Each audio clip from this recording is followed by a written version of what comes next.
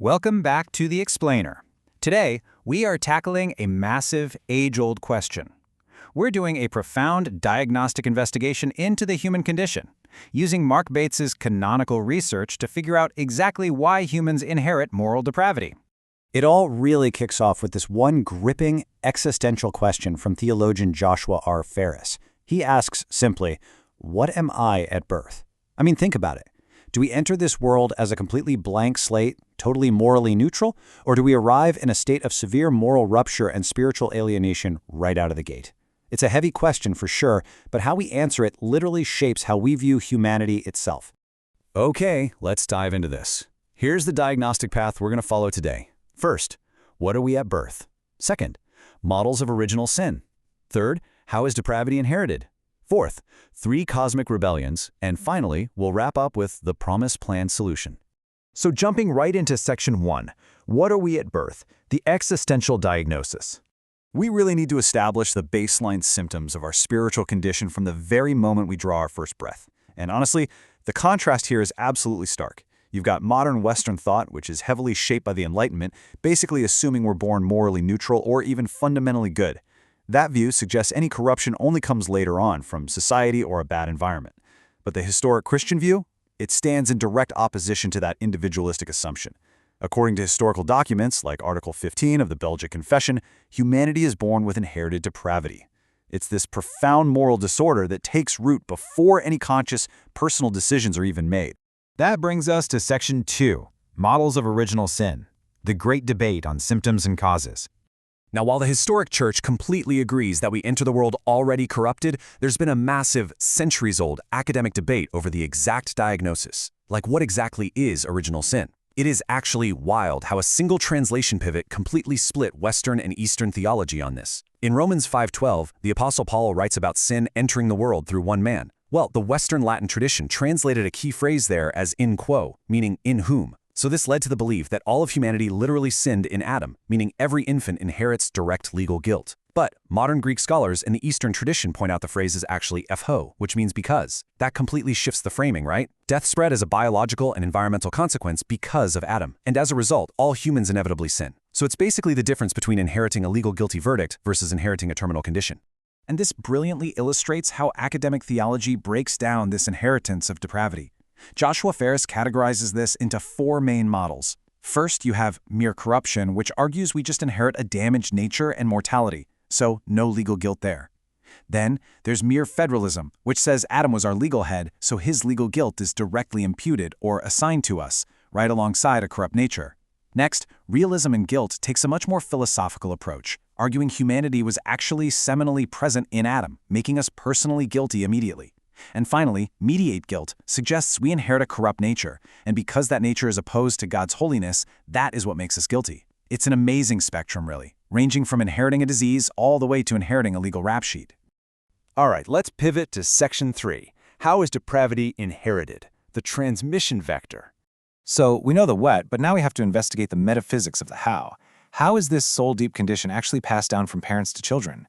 Well, one historic view is Traducianism. Basically, it's the idea that both the physical body and the immaterial soul are produced organically by the parents through physical reproduction.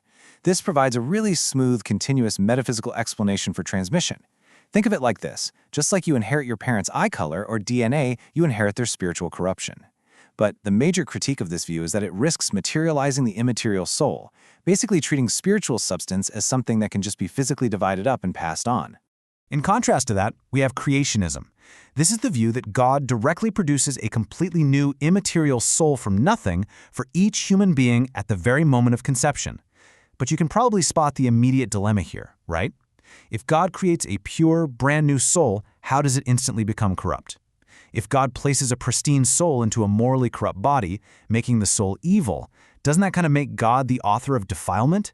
It is a profound metaphysical knot. To bypass the modern scientific debates about polygenism and DNA, because, let's be real, reducing original sin to a genetic mutation would mean we could just biologically edit our way out of depravity, which is absurd, scholar John H. Walton offers a brilliant relational analogy. He says original sin is an environmental and systemic infection with disorder, not a biological DNA mutation. When that first rebellion happened, sacred space was fractured. We are inheriting a broken, chaotic environment. It's kind of like being born into a heavily polluted city. You don't need a specific genetic mutation to be deeply affected by the toxic air you're breathing from day one. Which leads us perfectly into Section 4, 3 Cosmic Rebellions, the compounding factors. Now, the massive plot twist in biblical theology is that Genesis 3 and the Garden of Eden isn't actually the whole story of our corruption. Drawing on the work of scholar Michael Heiser, Bates points out that human depravity is actually the compounded result of 3 separate historical disasters. Just look at Era 1, Eden. This was the loss of contingent immortality. It brought physical death into the picture. But it doesn't stop there. Then you have Era 2, the Watchers, as seen in Genesis 6. This cosmic breach between the divine and human realms is actually what introduced severe internal moral corruption and systemic evil. And finally, Era 3, Babel. This is where human pride resulted in spiritual bondage, with the nations being placed under the authority of lesser cosmic powers. So our depravity isn't just one single event. It's this compounding avalanche of mortality, moral corruption, and spiritual bondage.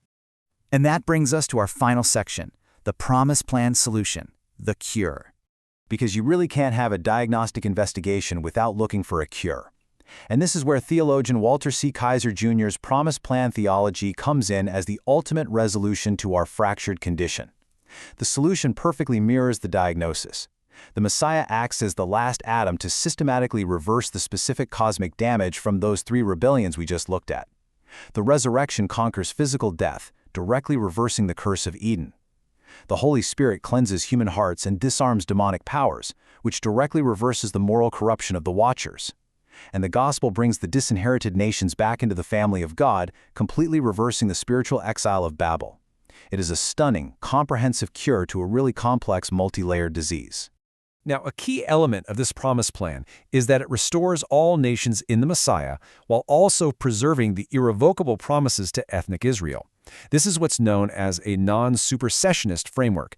Basically, it means that bringing the Gentile nations back into the fold doesn't erase or replace God's historical, future-directed promises to Israel. It unites everyone under one redemptive umbrella, honoring the unique ongoing role of ethnic Israel while offering the cure for depravity to the entire world. Which brings us to our final thought for today. Take a look at this paradox posed by Farris. If we reject our shared fall, do we also reject our shared redemption?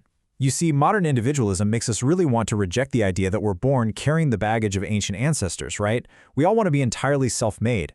But here is the profound reality of corporate solidarity. If we refuse to accept that humanity is united in its inherited depravity through the first Adam, we structurally destroy the very mechanism that unites us in salvation through the last Adam.